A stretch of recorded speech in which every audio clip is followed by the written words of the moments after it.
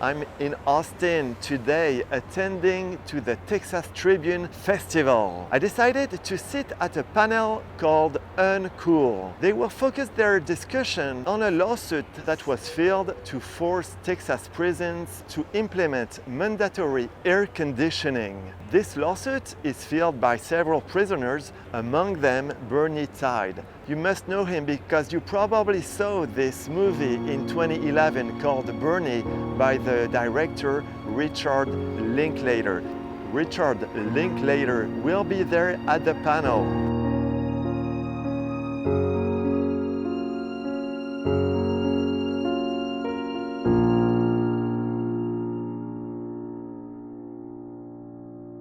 Today in this state, there are 176 people on death row. Then we have what I call the unofficial death penalty. Those men and women we send to our prisons, often on a short sentence, who never make it out alive. In the last 3 years, 1,591 incarcerated people have died in Texas prisons. The majority were Black or Hispanic. The youngest was 16 years old. Most died from what the state calls natural causes or illnesses. This can mean anything from having a heart attack or dying of an infection or cancer to succumbing to extreme heat. Now, prison officials admit it's hot behind bars, and they really don't have another choice. Their own data shows it's the truth. I crunched the numbers, and 85 degrees. That was the coolest average temperature in an unair-conditioned prison last July. The hottest prison had 11 straight days of 100 degrees or higher in that month. And this is the heat measured inside inmate cells. The state prison department has recently admitted that high temperatures have at least contributed to the deaths of 3 inmates recently. None of those 3 was on death row. Elizabeth Haggerty was 1 month shy of her release. She was 37 years old when she died. The heat also hurts correctional officers. Extreme heat is the 5th cause of serious injury for staff and contributes to chronic understaffing at the agency. Now, this whole thing is the subject of a massive federal lawsuit. The judge here in Austin could make a ruling any day. And to be fair, this isn't just a Texas problem. There are lawsuits about this in Louisiana and Georgia, and even California prisons aren't fully air-conditioned. What makes Texas an outlier is that we have the largest state population of incarcerated people and some of the hottest summers. The prisons department says they're dealing with this with the tools that they have. They say they're providing fans and extra water. They say they're moving particularly vulnerable inmates out of the heat. But they also say installing air conditioning in every state prison may be a fool's errand, and definitely an expensive one. That's because we have more than 100 operational prisons in the state. Some are older than the Civil War, and even the newest prisons, constructed in the 1990s, were built intentionally without air conditioning. The prisons department needs money from the state, from us, from the taxpayer, to fix this. They say installing air conditioning statewide could cost $1 billion, but lawmakers have not given them the funding they need, and even if they had all of the cash in the world right now, today, they say finishing the job could take decades. So where does that leave us? Where does that leave the 134,579 people incarcerated in our state prisons? That's the subject of this panel. My name is Lauren McGaughy. I'm an investigative reporter and editor for the Texas Newsroom, a collaboration of all of the NPR member stations here in Texas. I've covered the issue of extreme heat in prisons for 12 years. I have to let you know that one of our panelists today, State Representative James White, is unable to be with us. He had another engagement that conflicted, and that's unfortunate because he's a Republican lawmaker, former head of the Corrections, chairman of Corrections Committee, so we were really hoping to get his perspective. We're going to start with someone with real lived experience in the state prison system. Marcy Marie Simmons is the Community Outreach Coordinator for Lioness Justice Impacted Women's Alliance. She's a mom. She's an advocate.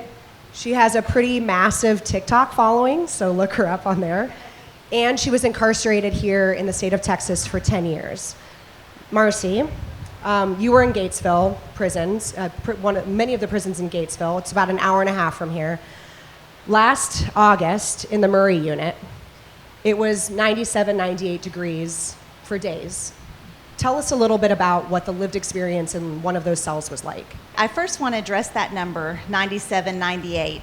Those are the numbers from the agency from last summer, the hottest summer in Texas for 10 years. Prior to that, 2 years prior to that, the documents out of that same agency on that same unit with no climate control was showing the average temperature 20 degrees higher than that for the month of August. So that just gives us a little bit of the kind of temperatures we're really talking about, Lauren. My last summer on the Dr. Lane Murray unit, the temperature in my dorm, and let me just say, they put the thermostats really high so that we couldn't see them, and they covered them with electrical tape. But one day when we had an officer that was not paying attention and we were able to get away with it, we climbed up there and pulled that electrical tape back, and it was 136 degrees in the cell where I lived. So that the kind of temperatures is far from a level of comfort. During those summers, it was 10 summers I was incarcerated on non-climate controlled prisons. And during those summers, I saw women doing very extreme things to try to get a reprieve from the heat, as you can imagine. I was fortunate. I was fairly healthy when I went into the system, so I didn't, other than mental and normal physical ailments that one might experience, I didn't have any pre-existing conditions, but I watched women that maybe had diabetes or heart issues or other issues, seizures in the summer. We would see women just fall out from seizures. We would see the ambulances coming. We would see women doing, and including myself, the toilet water, if you flush it a few times, it gets cold. And that's the only cold water that we can splash on our bodies, and we would use that.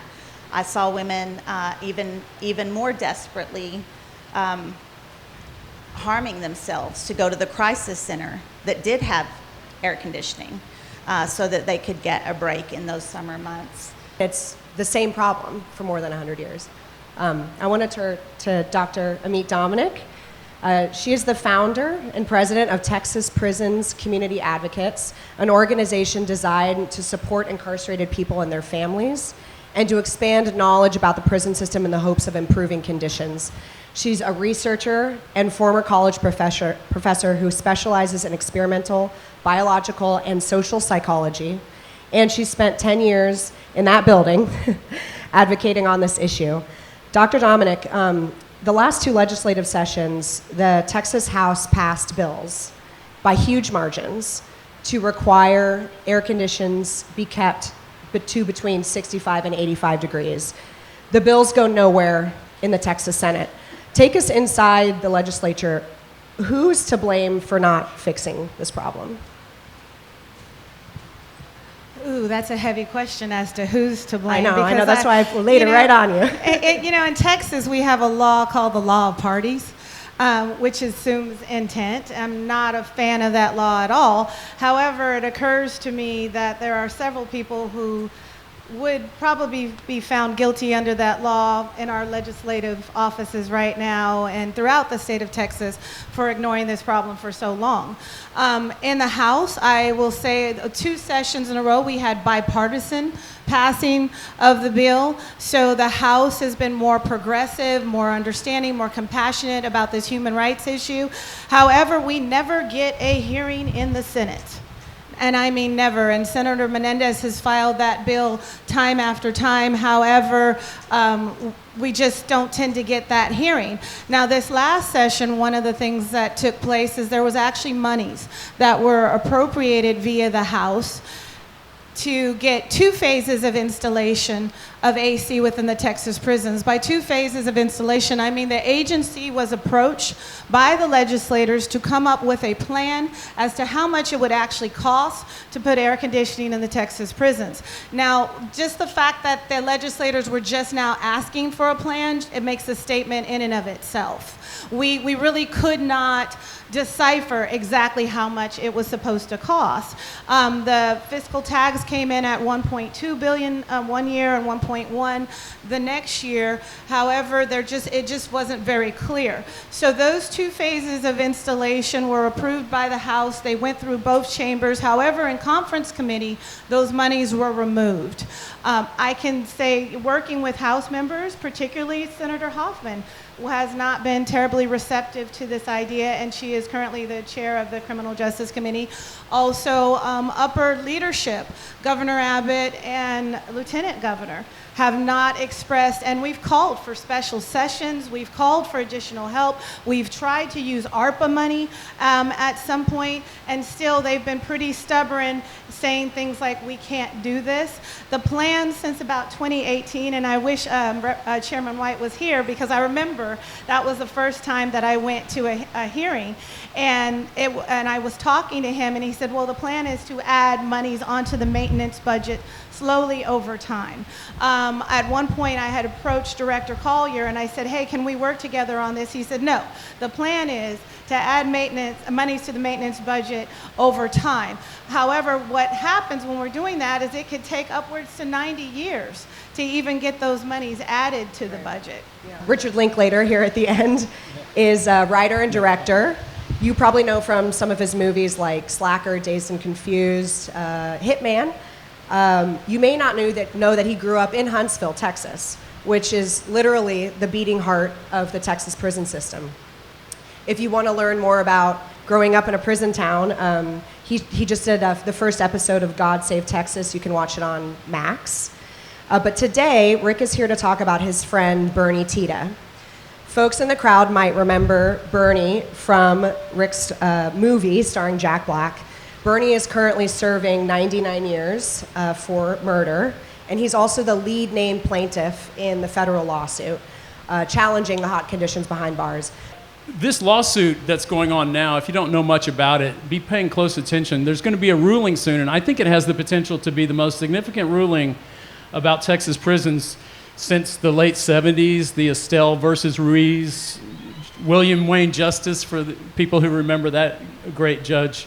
I think it's going to be that, knock on wood, but that hearing was pretty overwhelming, the evidence and all that. But Bernie's connection to this, it was a little over a year ago, early August, I had heard from his lawyer, Jody Cole, that he wasn't doing too well. I Zoomed with him, but I hadn't really visited him just lately. And I heard he wasn't doing well. Maybe he'd had a stroke or something. I was hearing bad things. So I went to visit him at the Estelle unit in Huntsville. I go back to my hometown. And I go in there, and I kind of got lucky. The guy who let me in was a fan of my movie, Dazed and Confused, and we were just talking about the movie, and he didn't get my phone. He didn't check your bag? He didn't. No, I just kind of waltzed in, and I'm sitting there with Bernie, and half his face is paralyzed. He's talking about the conditions, and I just sneak out my phone. I was looking around, and I start filming him, and I wasn't sure. It's a glass thing with a little opening, but I was able to get good sound. So I was so depressed and shaken by this visit, my, let's say, hour and a half with Bernie, but I did get him talking about the conditions, what he was living under, how hot it is, how miserable everybody is. And, he had a heat stroke, but they weren't saying that. They were telling him he probably had Bell's palsy, and because they never admit it. And I took that, gave it to Jody, his lawyer, and she immediately files a restraining order to the government and to get him into a cool cell, just an emergency medical thing. And we win. He gets it. He goes into a cell, a cool cell. And Bernie's, he's 65. He's a big guy. He's got diabetes. If you want someone who should be in a cold bed, it's him. But that victory gets the ball rolling. Jody gets in touch with Jeff Edwards, a guy who's had some success on these heat issues. They get in touch with this two attorneys out of Denver at big firms. Well, Erica Grossman, Kevin Homiak, he's the pro bono lawyer. I'm just going through all this to say that this kind of legal dream team sort of gets in shape with a lot of backing, what you have to do to take on something like the state of Texas in this issue. They have funding, Brandon Duke out of Houston and his firm. So it's these big, and they're so good. They just, all the experts, they put in those hundreds of thousands of dollars and all that time, and these people are passionate. I got really excited. I was on Zoom calls early, and the one important thing they do, they're not doing this just for Bernie. He's the plaintiff. They amended that lawsuit that Jody filed to include you guys, your organizations. There's 4 nonprofit organizations that are also the plaintiffs in this suit. So it's not a class action suit. Jeff had won that before. This is something different. I just think this is going to be a very important ruling, and it's going to really change things. Someone can take that into the future for their next, because Texas has to start feeling the pressure now.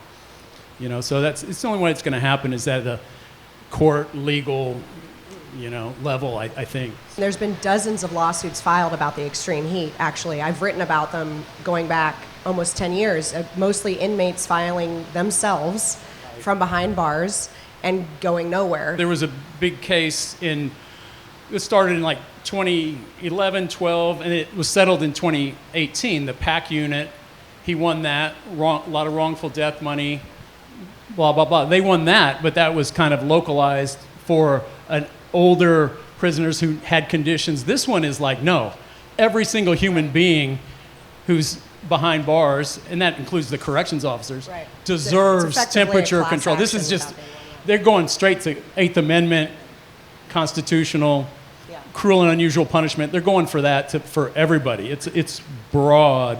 And they think if they can win in Texas, I was just talking to them from Denver. I mean, it's important these out-of-state people came in very specifically, because they're saying if we can win in Texas, we're going to win in all these other states.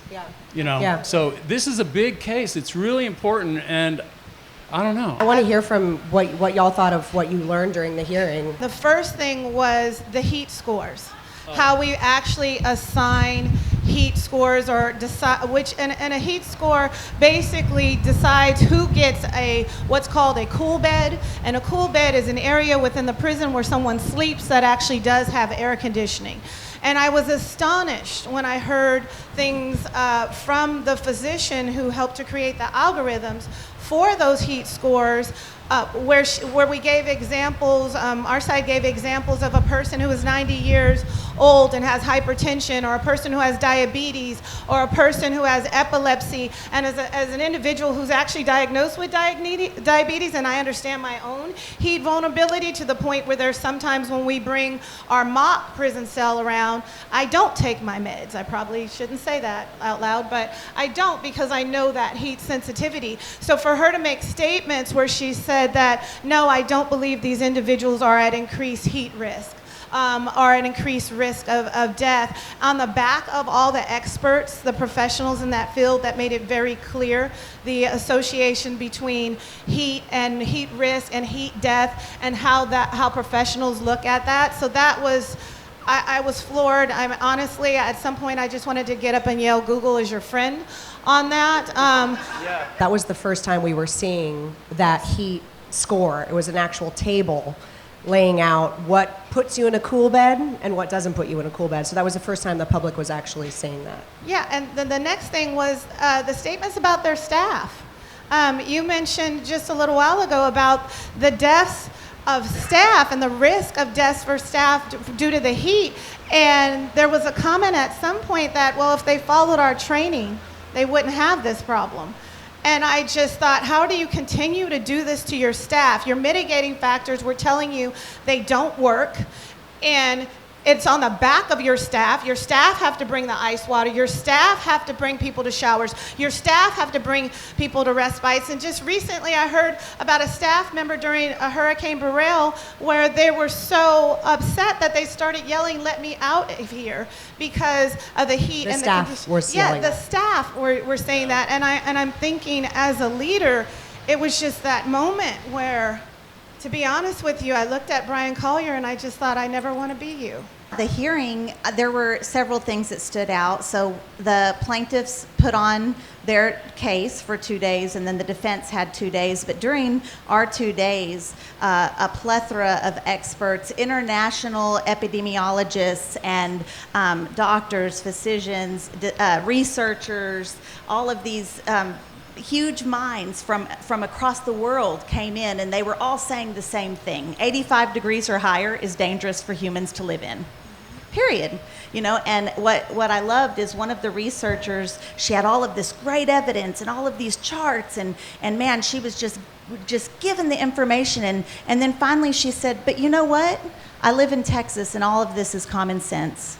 Like it just really came down to common sense. There were a couple of numbers that those researchers put out, and we got to see some autopsy reports, which some of those autopsy reports surprisingly did not record a core body temperature.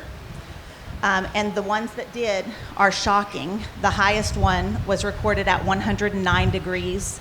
There was a couple that were 107 degrees, and these are deaths that happened last summer when TDCJ is saying it was around 97 in their prisons, so that was really shocking to me. And then the defense, I think that there wasn't a whole lot to come back with, and so, thereafter, they really didn't have anything. And then I just want to comment on these heat scores for one moment. So this heat scores that the Texas Department of Criminal Justice has in place to protect at-risk people from the heat. I want to note that our organization, Lioness, Justice Impacted Women's Alliance, has 400 plus currently incarcerated members. The feedback that we're getting from our incarcerated members that have been incarcerated since before they started the heat score is they're not evaluated. They don't have one. So we're having women that have been there for 25 plus years and trying to get evaluated because they know that they could get some relief, and it's just not happening. They're just trying to look good on paper, and they have these heat scores, they have these cool beds, they have all this, but what our trial really showed is all this is just kind of a smokescreen to just a losing, horrible system that all of it doesn't work. It's been proven in court. So Texas is really vulnerable now. They're on the record. They know it's bad. Is there one person in here that thinks anyone should have to live no matter over 85 degrees? I mean, everyone knows, well, local jails, federal prisons, animal facilities, you can't keep animals and things over 85, but there's this little law in Texas that the government, I think the biggest sin here in Texas, we made a big mistake 40 plus years ago, and we're all hoping this mistake gets corrected as they built the prison boom of the 80s and 90s. When I was a kid in Huntsville, there was like 18 prisons in the state, 7 of them in my county. Now there's 104. I mean, we had this huge expansion, and they had a choice right then, and they chose not to air condition the prisons. Like, I grew up in a little elementary school. We didn't have air conditioning. Of course, we're not in school June, July, and August. But I remember, fans, and they had, and that's how these old prisons from the 19th and early 20th century, they're built for that. But, pretty soon they air conditioned the elementary school, and they wouldn't think to build institution that didn't have air conditioning, the state. I mean, that's crazy. They don't build schools like that. But they decided to build prisons that way. And that's why we're here today. And they just have to reverse this huge mistake they made. And they're trying to cover up for it, but they're doing a really poor job. And it's really apparent if you dig right below the surface of everything. You read those autopsies, they're heartbreaking. Heat index 108, the human body found in a thing of vomit. It was 100 degrees in their cell, all that. And yet, heat might have been a contributing factor, but they died of drug toxicity, like an overdose, because everyone's on medication, right? Everyone in prison, and you're really vulnerable. 1/3 of the population that incarcerated have, mental health issues. Those psychotropic drugs are kind of the worst for, they're choosing, if you have schizophrenia, if you take your medication, you're 200% more likely to die from heat. So you have a choice to make. I mean, that's crazy that a human would, anyway. Piggybacking on what you're saying about the medication, that was another thing that came to light. So as advocates, we get hundreds of letters from all over Texas around this issue. And they're saying things like they have to wet down their floors, and they've seen people pass out due to heat strokes, and what we saw in the lawsuit was the public to be able to hear those statements. Part of the reason I think why this is happening for so long is we need the community to get more involved, and the community to start telling the truth about what's going on in these prisons and their own personal experiences. We incarcerate so many people in the state of Texas that if somebody sitting next to you has an incarcerated loved one, and they probably don't want to tell you, and they probably don't want to speak out about this because of the stigma associated with it. These are real human beings. And I think that is really the crust of this whole issue, realizing that these are real human beings that we are incarcerating, that we are torturing, that this is premeditated torture. And I use that word premeditated because that is part of the definition where we convict somebody for murder. And common sense, and like I just want to piggyback on what was said about common sense. My grandmother always said, apparently common sense isn't always common. Let's get real about fixing a problem that the prison agency acknowledges is a problem, that you all acknowledge is a problem. Some of these units are old. The average age is 40 years. The oldest prison is 175 years old. That's the Huntsville unit, built before the Civil War. They're all over the state. And the prison agency itself, in the hearing, they got $85 million from the legislature in 2023. They were unable to complete the number of cool beds construction by the end of 2023 that they had a goal, X number of cool beds by the end of 2023. They weren't even able to finish that with the money that they had because of, they said, logistical problems. There aren't enough contractors that want to do this kind of work. So I'm just curious about the fix from your perspective. The lawsuit that Richard was talking about regarding the Wallace Pack unit, one of the things that happened during that trial was when that lawsuit was talked about and they did have to air condition that unit, Judge Pittman said, how long did that take? And they said 60 to 90 days, and he wrote that down. And so I want to point out that the workers are already there. They work for free for the state of Texas. They're behind bars. The labor is already there. So we need someone with know-how. Every single unit has an HVAC maintenance team that is maybe not proficient in installing something this big, but they are HVAC experts that certainly could get on top of that with a little bit of outside help. I was on the Henley unit the 6 months before I came home. They did recently air condition that unit. In 2021, I was there, and I was part of the team that ran electrical for the AC units. I mean, we were working. So I'm not understanding all the logistics excuses. Frankly, I don't even care about it. 14 people every summer are dying. That's what our experts. I don't even care about the logistics. Figure it out. There's a temporary fix and there's a permanent fix that need to be addressed. We saw with Operation Lone Star that the units out, the Briscoe unit, and I can't remember the name of the other unit, how quickly Governor Abbott put temporary air conditioning in those units because he had to, because if not, he'd be violating the jail standard in place and federal standards.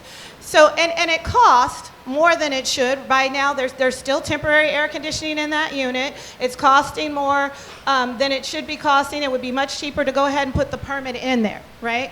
So we have to look at if we were to just help the people who are suffering right now, that is possible. And I just want to say that at least it is possible. We know it's possible because we've seen it done already. Now, the next component would be the full air conditioning. I'm going to go back to quote my grandmother, where there's a will, there's a way. This should have been done decades ago. Some of these units, especially the ones that are built in the 90s, they already have the ductwork in there. I have heard from professionals who've asked to even donate air conditioning units and being turned down. So it's simply a matter of if you want to get the job done, you can get the job done, and you can get it done faster than what you're claiming and probably more cost efficient than what you're claiming, as we saw in things like the PAC unit lawsuit where there was, I don't want to take your quote, where they said it was going to cost $20 million to put air conditioning in that unit. It cost $3.8 million to put that in there. There's creative solutions. There's paint that can go on the outside of the buildings to help to cool things down in the meantime. There are solar panels that can be put up. And as Marcy said earlier, the labor's already there. So if they want to get it done, they can get it done. And like I always tell our legislators, what if it was your child? How quickly would you get it done? What if it was your dog? Or let's look at the pigs that have air conditioning for TDCJ. They got that done pretty quickly as well. Yeah, PAC unit, they spend almost $8 million fighting the lawsuit that they lose, and then they air condition the thing for a little less than $4 million. Well, they could have done 3 units for that. And with this new lawsuit, I think the wrongful death amounts are going to go up and up and up. And the one thing maybe they can respond to on a fiscal level is we're going to spend this money. You know, if you want to jump a few years ahead, it can be in lawsuits and wrongful deaths and paying families because of their tragic loss, needless loss of their loved one. Or you can just fucking air condition the place, you know? And this thing, it's crazy. And they're throwing out, it'll be $1 billion, $1 billion. Well, let's just do the math. 3.8 for one, 70 units needed. That's less than $500 million. We got 20 billion in surplus, and it's a mistake we made. And you know, it's not an excuse. You know, there's a thing, our Constitution doesn't say, you can do the Constitution applies if it's in your budget. You know, if you don't, it's like, we don't have to follow that because we can't afford it. We built this. It's our institution. We built it. Sorry, it's violating your rights, but we just can't afford it.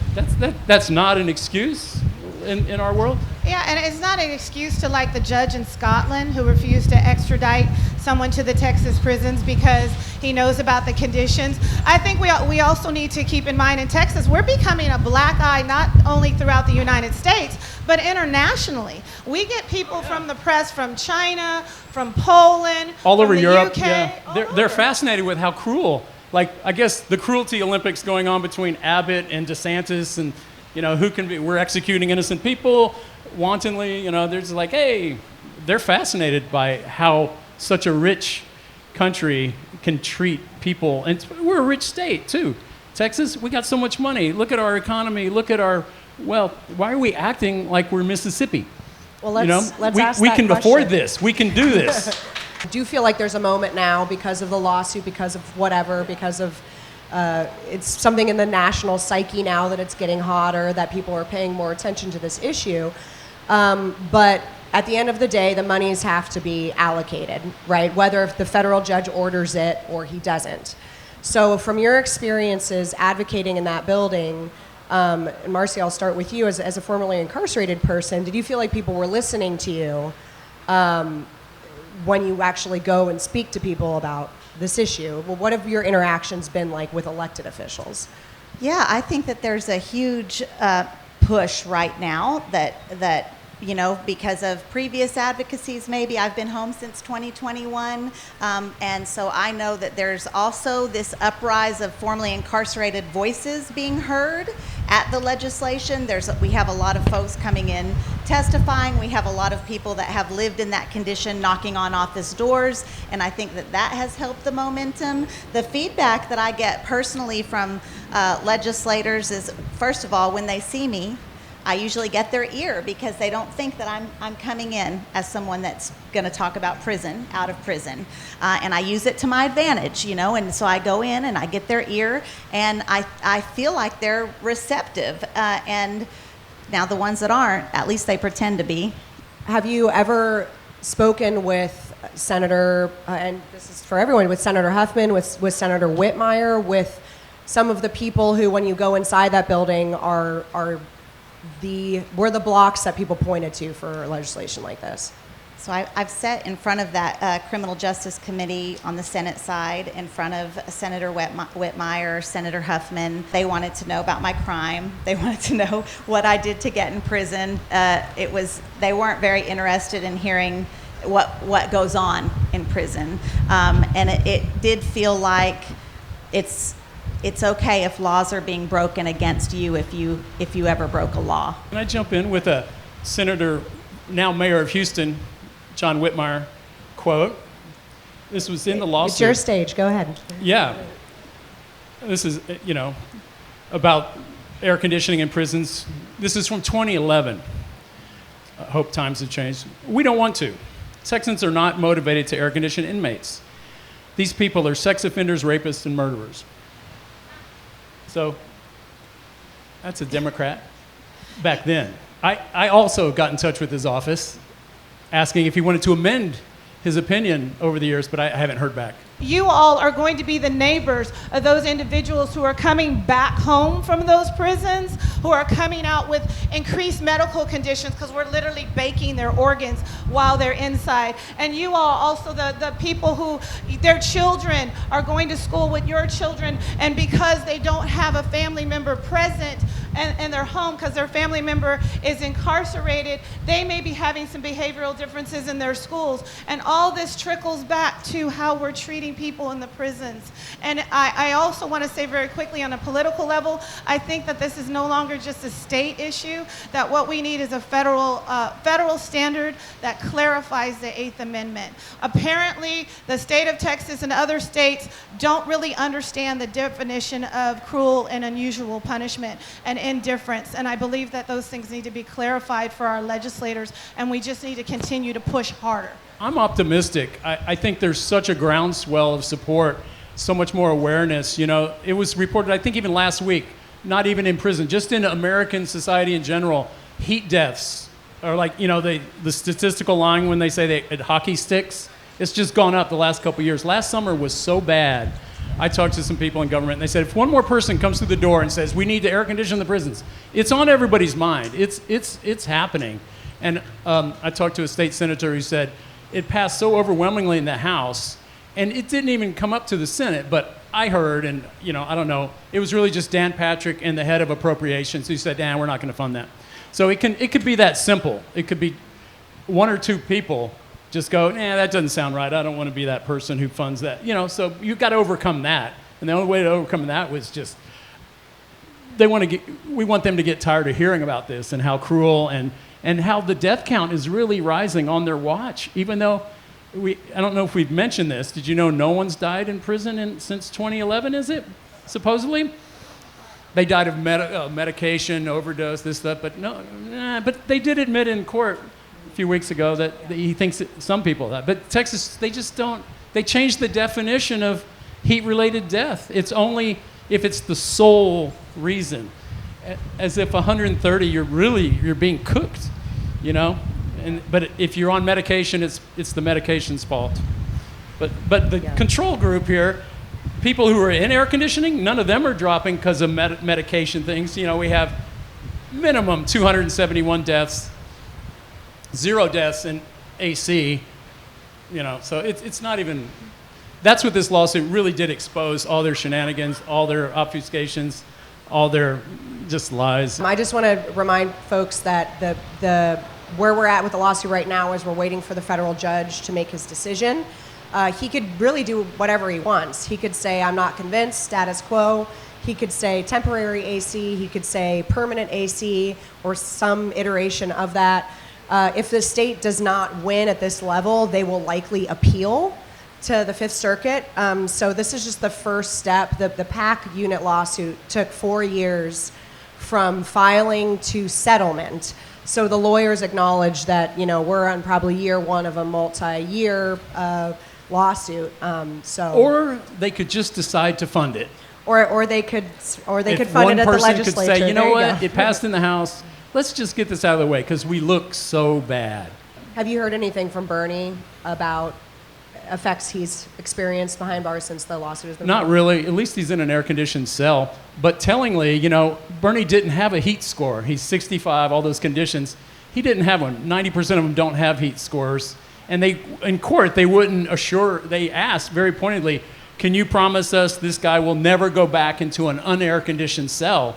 And they legally couldn't say that. They said, well, it's up to our medical. They couldn't say no. So that looked bad, too. So Bernie, he's not doing too well. He had another medical event, probably, you know, just, I don't know. I do worry about him, but that's what sprung this. You know, I thought I was seeing a friend die, and I know this issue, but that's what got Jody Cole. It's like, we're trying to save someone's life, and that's what we're all here. We're trying to save a lot of lives, and we're trying to have people not work and live in such torturous conditions. You know, there's 30,000 corrections officers. I had a stepfather who was a corrections officer. That's a tough job. And guess what? No one wants to do it. They quit. You know, Bernie says, we rely on those corrections officers to let you get the ice and do it, but they're not there because they quit, because they don't want to work in 110-degree heat. So it's a literal death spiral. There's not enough help to get the mitigation to help them get the cold shower and all that, because you need them, but then they're not there. They're understaffed because no one wants that job. So you couldn't design a worse system to defeat itself in every possible way. So it's a crisis, but it's pretty clear. Right. And I don't see anyone advocating for death in prison. You know what I mean? It's not like there's two sides to this even. We're just fighting a intransigent, machine that hasn't moved much.